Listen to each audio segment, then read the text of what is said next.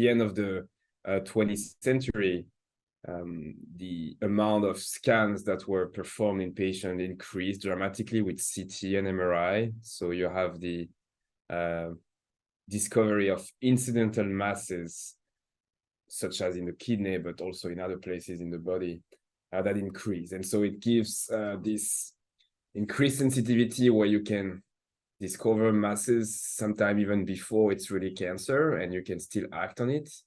But also it gives a lot of situation when you don't really know what to do with these new findings. And so these increased in the past 3-4 decades, since the 80s, basically.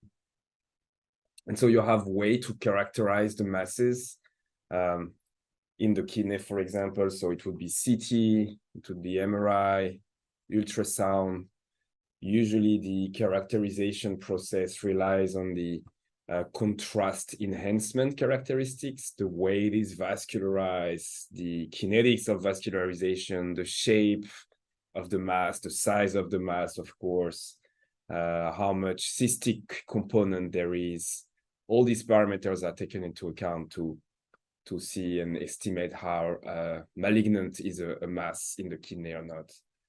There is also some nuclear medicine techniques such as FDG and MIBI. MIBI is a mitochondrial tracer that can help in differentiating oncocytoma and other renal masses or cancers. But at the end, there are still a lot of cases where you don't really know. With all these techniques, you can get some good idea if the mass is really cancer or not. But there are still many cases when you don't really know, especially when the mass is small. For now, currently, the main driving decision factor to decide to operate or not is the size. It's 7 centimeters, is a T1 classification in the clear cell renal carcinoma. And so it's really size-based, anatomic-based. FDG doesn't work very well, the glucose metabolism. There is a lot of background activity in the kidney. There is not a lot of glycolytic activity in the renal malignancy often, so it doesn't work very well. So there is still an unmet need to have more functional characterization in this mass that so far, most of the characterization relies on anatomy and not functional assessment. And biopsy, of course, biopsy is very helpful in many cases, but in many cases it is complicated. The kidney is a highly vascularized organ, so it can have complications with all the hemorrhagic complications. There is a tiny risk of seeding the cancer along the biopsy tract when you do that. So some series show that in patients who had a biopsy, they had more cancer invasion than a patient who did not get a biopsy, on a tiny percentage difference, but still something, because there is a little bit of seeding on the tract. And most importantly is that in many cases, the biopsy is not sufficient enough to get a good idea. You still have like 20 to 30 cases where you have false negative cases and sampling bias. So that's where this is the kind of background of the diagnostic components for mass characterization in the kidney.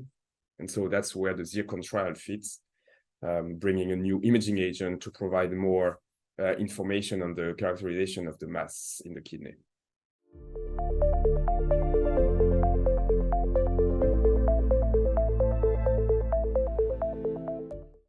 The ZIRCON trial uses an imaging agent for PET imaging.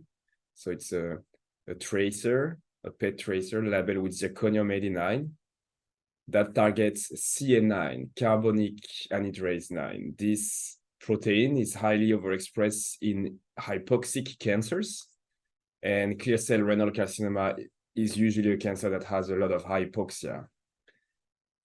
And so by looking at the hypoxia tumor and characterization, it can give further information to the urologist to know if the lesion is malignant or not, if there is no uptake in the lesion. So that's what this PET imaging agent does. It gives functional information on the expression of this protein that is usually correlated with worse prognosis and malignancy. The main primary endpoint results did not change. These are the same. These are the same results. There were more refinement and details in secondary endpoints, and also a little bit of more imaging-oriented findings that were described at the SNMMI because it's an imaging meeting. So we talk about SUV. So for example, the SUV, which is a metric that you use to quantify the amount of uptake and the amount of signal you see on the scan. They range between 10 to 80, but usually the median can be like 50 in clear cell renal carcinoma. So that's pretty high, very high. Whereas the kidney background is usually around 10 or something like that. So you get a very high lesion to background ratio that gives this strong black and white on-off signal that makes it easy to read. So the inter-reader agreement was also quite high because of this high tumor to background ratio. Among the 3 readers, the kappa values were always like above 90%. So very easy and straightforward to read because of this high tumor to background ratio. So that's something that was reported. Another thing is they started to look at more analysis outside of the kidney and show that you can detect lesions in lymph nodes, in the lungs, in the liver, showing metastasis and extrarenal lesions. And I think that's the next step for these imaging agents. Beyond mass characterization, it's really the whole body staging, taking full advantage of the whole body imaging modality that provides PET.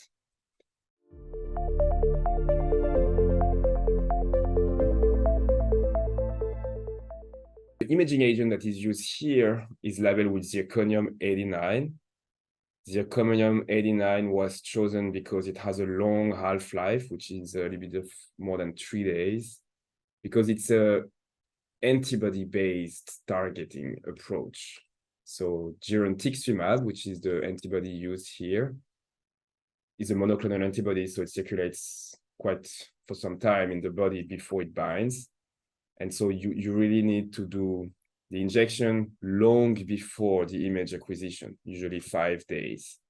So it's very different from FDG or the classical PET tracers when you do the image 1 hour after the injection. So I don't think that's the major limitation, but that's maybe a limitation when you see commercial use and in the real life to have this 5 days delay between injection and image acquisition. Let's see how it plays out. I don't think that it would be a major limitation if the biological and medical information you get from the test is still very relevant and practice changing. People will still get it and they will be okay to have this 5 days delay, but that's something to know. The other thing is there are probably other companies that are working on small peptides that have a more rapid clearance. So let's see how it plays out. And I think if you limit the use of the tracer to only mass characterization, maybe you don't use the full potential of it. So it will be interesting to see with the FDA how the label plays out and the insurance coverage.